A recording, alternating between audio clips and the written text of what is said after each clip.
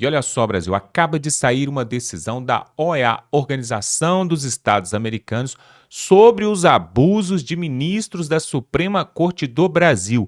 Isso mesmo, a OEA, que esteve aqui no Brasil há pouco tempo atrás e muitos achavam que ia terminar em pizza, agora emitiu um relatório sobre aquilo que tem sido feito aqui no Brasil, principalmente contra parlamentares e a perseguição contra bolsonaristas. Olha só o que temos para trazer agora, pessoal. Parece que finalmente a justiça vai começar a ser feita e ela vem de fora.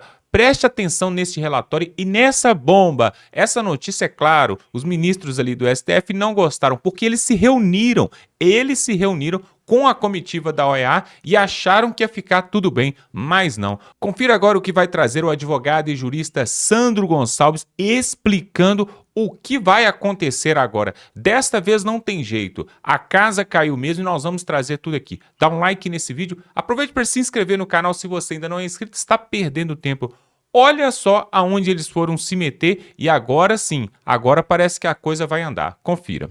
A OEA acabou de soltar um relatório grave condenando decisões dos ministros do Supremo Tribunal Federal. Quem tratou da matéria foi a revista Oeste. A OEA condena a decisão de Toffoli sobre as provas da Odebrecht e alerta para o risco jurídico, ou seja, o Brasil está chegando num nível deplorável. A Transparência Internacional, que é uma ONG que avalia, o índice de percepção da corrupção no mundo, notou que o Brasil caiu muitas posições, porque a corrupção, depois que o governo Lula voltou e com as decisões do Supremo Tribunal Federal, citando o Toffoli, aumentou muito no Brasil. Não que pegou ninguém de surpresa, mas o que deu a certa surpresa foi a Transparência Internacional publicar. Há um passapanismo sem precedentes dessas instituições para quem é da esquerda, mas mesmo assim a Transparência Internacional resolveu comprar a briga. Agora, a OEA, com base no relatório da Transparência Internacional, comprou a briga. Entre aspas, está chamando alguns ministros do Supremo de corruptos. A Organização dos Estados Americanos manifestou preocupação com a anulação das provas da Odebrecht e a revisão dos acordos de leniência no Brasil. O alerta está no relatório divulgado nesta quarta-feira pela Comissão de Peritos do Mecanismo de Acompanhamento de Implementação da Convenção Interamericana contra a Corrupção. Infelizmente, uma pecha, que o Brasil tem, que é a pecha da corrupção. O documento critica as decisões recentes do ministro Dias Toffoli, que é do Supremo Tribunal Federal, que invalidou todas as provas do acordo de leniência da Odebrecht, atualmente chamada agora de Novo Honor. Pois é, a Odebrecht mudou o nome, agora chama Novo Honor. Só que o que acontece? Para o OEA, essas medidas que o Dias Toffoli aplicou comprometem a credibilidade da justiça e dos acordos de leniência aqui no Brasil. Ou seja, o Brasil não tem mais a confiança internacional na sua justiça, ou seja, a quebra de acordo de leniência que o Toffoli fez quebram a confiança internacional na justiça brasileira. Pois é, meu amigo, é o nível que se chegou, E aí, uma das principais críticas que se tem é que o ministro Dias Toffoli, segundo acusações que são feitas pela revista Veja e outros jornais, teria até seu nome citado nas próprias provas que ele mesmo mandou eliminar. E aí, no mesmo dia em que a OEA, Organização dos Estados Americanos, faz esse relatório condenando decisões dos ministros do Supremo, falando que eles são lenientes, com a impunidade, vem o ministro Gilmar Mendes e dá uma canetada também, livrando mais um da Lava Jato. STF, não sou eu que estou dizendo, matéria do Metrópolis, Eu cito todas as fontes para vocês. Gilmar Mendes manda trancar a ação contra doleiro, alvo da Lava Jato. É o desmonte total da Lava Jato.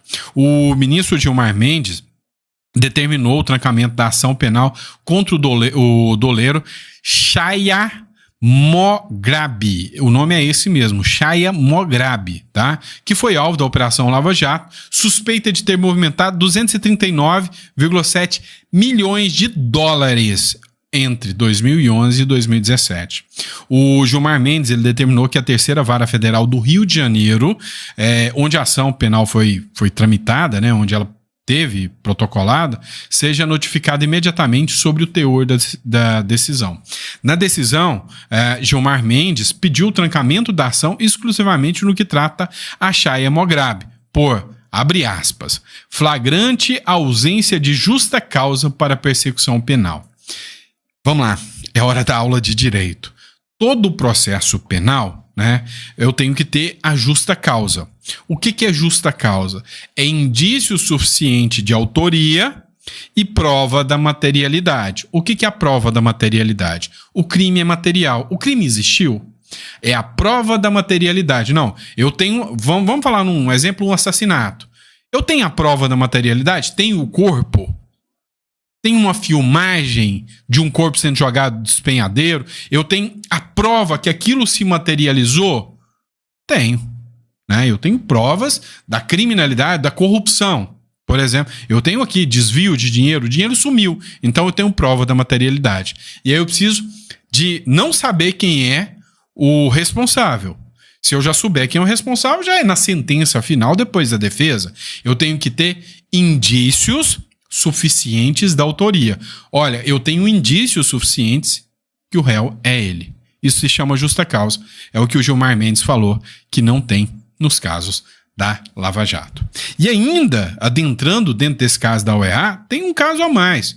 Esse relatório, que condena o Brasil acerca do nível de percepção da corrupção, condena a decisão do ministro Dias Toffoli, é uma coisa relacionada à corrupção.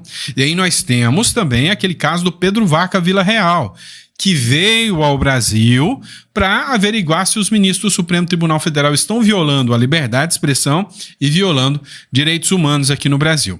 Acabou de ter um embate, lembra? Com o Eduardo Bolsonaro, se o Eduardo Bolsonaro ficaria com a Comissão de Relações Exteriores ou não. A Daniela Lima, blogueira lá da Globo, ela disse que foi uma vitória, né? Acho que foi até o Valdo Cruz, foi uma vitória do STF tirar o Eduardo Bolsonaro da Comissão de Relações Exteriores. Ou seja, como assim? Uma vitória de um tribunal sobre uma decisão política? É estranho. Mas olha só o que aconteceu. O cara que entrou lá no lugar, ele falou que o papel dele vai ser acompanhar de perto todas as decisões da OEA e o relatório do Pedro Vaca Vila Real. Acompanha só o que disse o Felipe Barros para o antagonista, fonte da matéria, né, os créditos do antagonista. Uma das atribuições da Comissão de Relações Exteriores e Defesa Nacional. Você citou, por exemplo, a OEA. Como todos sabemos, nós tivemos recentemente a visita aqui no Brasil do senhor Pedro Vaca, que é o relator da OEA sobre assuntos de liberdade de expressão. Eu já tenho buscado contato com ele e devo me reunir com ele como uma das primeiras iniciativas aqui da Comissão de Relações Exteriores, buscando entender qual vai ser o timing para ele publicar esse relatório, qual deve ser o teor desse relatório. Eu apresentei para ele recentemente um pedido de medida cautelar diante do protocolo do PT, buscando a retenção do passaporte do deputado Eduardo Bolsonaro. Apresentei isso ao relator da OEA justamente para que isso também possa influenciá-lo na confecção desse relatório. Não é natural nós termos um deputado federal, o mais votado do Brasil, diga-se de passagem, sendo ameaçado no seu exercício do mandato parlamentar por um partido político, né? Isso, sem sombra de dúvidas, não é nada democrático. Então, eu tenho buscado diálogo com a OEA e certamente faremos isso com outras instituições e entidades internacionais ao longo desse ano. Ou seja, o tiro saiu pela culatra. O Felipe Barros, ele vai fazer o papel que o Eduardo Bolsonaro faria. E aí, você viu que ele falou, não, eu vou estar sempre munindo de novas provas a OEA do que está acontecendo aqui no Brasil. Exemplo, a possibilidade, né, a busca pelo PT, que é o partido da situação, pela apreensão do passaporte de um deputado de oposição. Mas aí tem gente que vai falar, mas olha, o ministro Alexandre de Moraes deu a decisão dizendo que não ia prender o passaporte do Eduardo Bolsonaro. A decisão, pelo seu timing, foi considerada política por todo mundo. Todo mundo viu que não foi uma decisão jurídica, foi uma decisão política. E aí esqueceram de combinar com os gregos, né? Porque o próprio PT veio e desmentiu o Alexandre de Moraes, dizendo, olha, só deu, né, a negativa aí, ou seja, só não apreendeu o passaporte porque ele não voltou para o Brasil, está exilado e não ia ter resultado. Mas se ele volta, ia apreender o passaporte. Matéria da Metrópolis, tá? Então, fonte, citando crédito, Metrópolis. O PT diz que o Moraes confiscaria o passaporte de Eduardo Bolsonaro se ele voltasse para o Brasil, na volta do Brasil.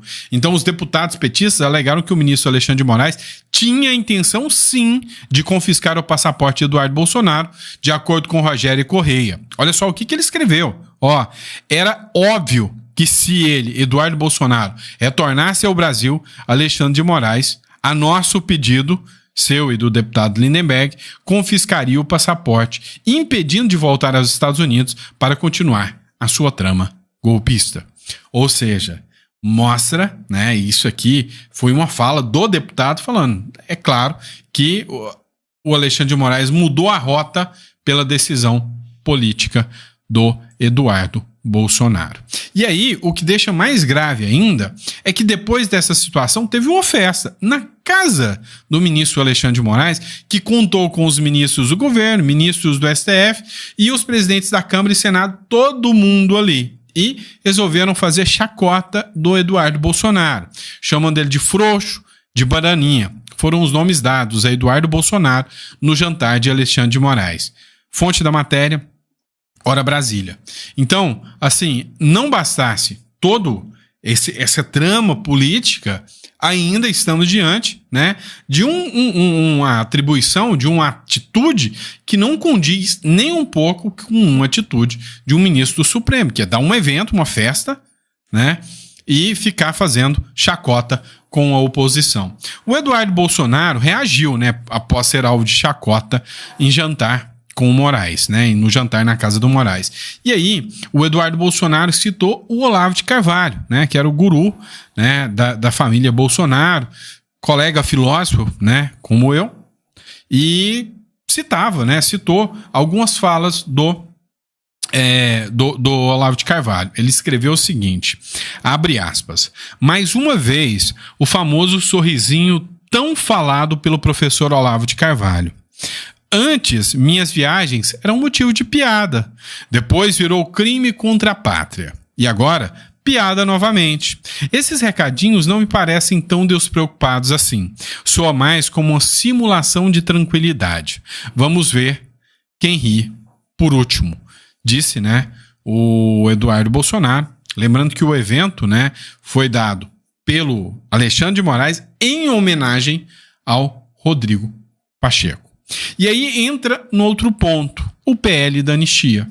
E o PL, Partido Liberal, está brigando e buscando para que o PL da anistia seja aprovado. E eles têm uma nova articulação, uma nova estratégia.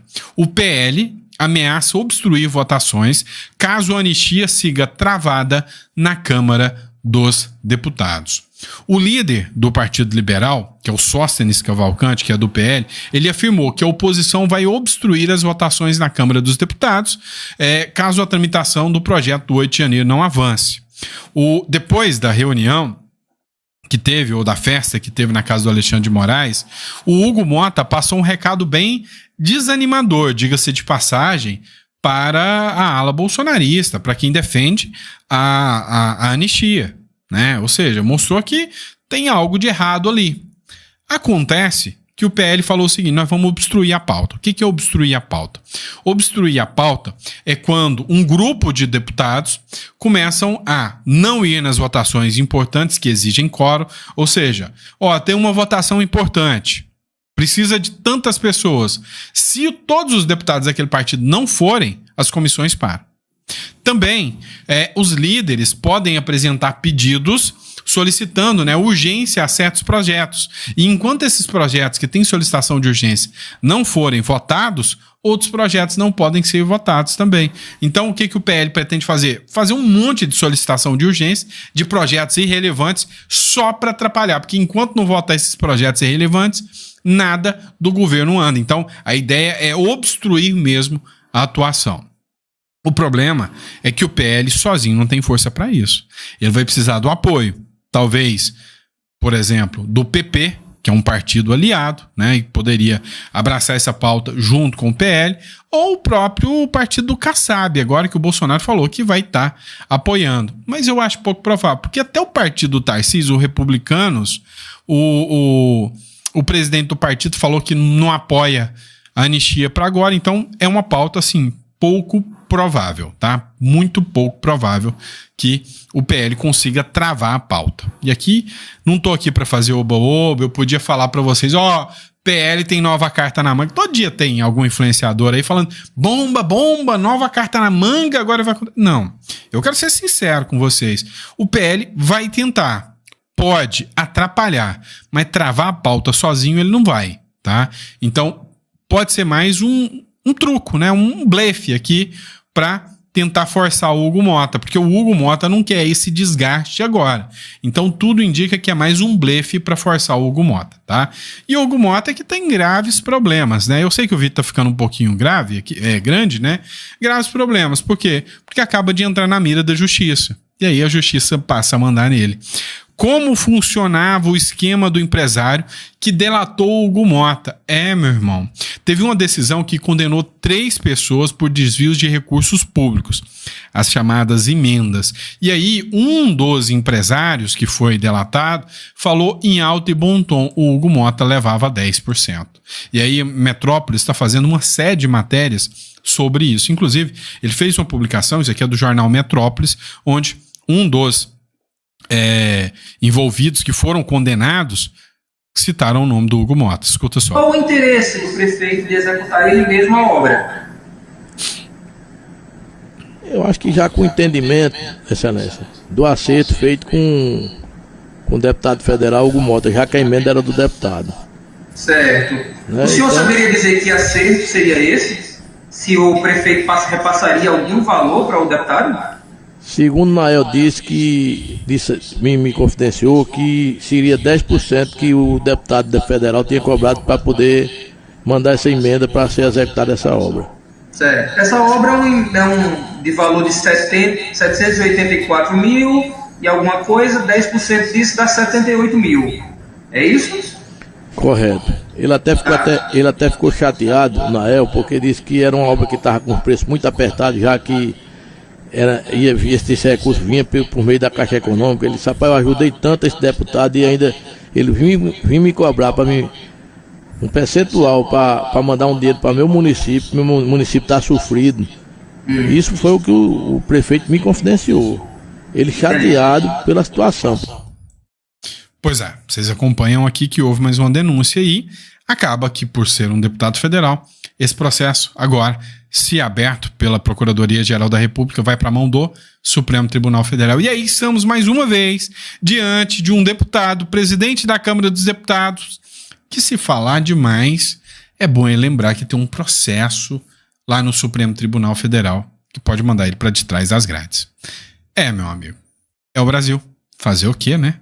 Pois é, Brasil. Você viu aí, né? Realmente, a política é mesmo deste jeito, né? Se você cavucar ali, se você cutucar, você começa a achar um tanto de podre. E olha só o Hugo Mota, né? O Hugo Mota que foi apoiado pelo PL, por Jair Bolsonaro, para poder ganhar ali a presidência da Câmara dos Deputados. E agora começam a surgir aí essas denúncias e essas verdades. É sempre assim, pessoal. É sempre assim. Quando o cidadão quer ganhar uma eleição, quer seja para vereador, deputado, senador, presidente da Câmara dos Deputados, ele fala mundos e fundos, ele promete, faz cara de coitado. Mas depois, né, nós vimos aí que o Hugo Mota deu um depoimento, deu uma declaração falando que no Brasil, já há mais de 40 anos, não se tem mais caso de exílio político, exílio de outros políticos em outros países, não existe mais esse tipo de perseguição, não existe mais prisão política. E ele fez aquele discurso todo bonito, todo lindo. Peraí, mas ele se esqueceu do Eduardo Bolsonaro, ele se esqueceu do Alan dos Santos, ele se esqueceu do Oswaldo Eustáquio, jornalistas que estão fugidos ali, simplesmente porque estão fugindo do quê? Da censura, da perseguição do judiciário. E tantos outros, pessoal, e tantos outros bolsonaristas que tiveram que sair do Brasil para não ser preso. E olha só que absurdo, acabou de sair agora também a decisão ali do Supremo, né? Aquela moça, a Débora ali, que num ato ali infeliz, pintou ali, perdeu o mané na estátua, ganhou 14 anos e agora está confirmado, o martelo está batido, 14 anos de prisão. Pessoal, onde nós vamos parar? Onde nós vamos parar?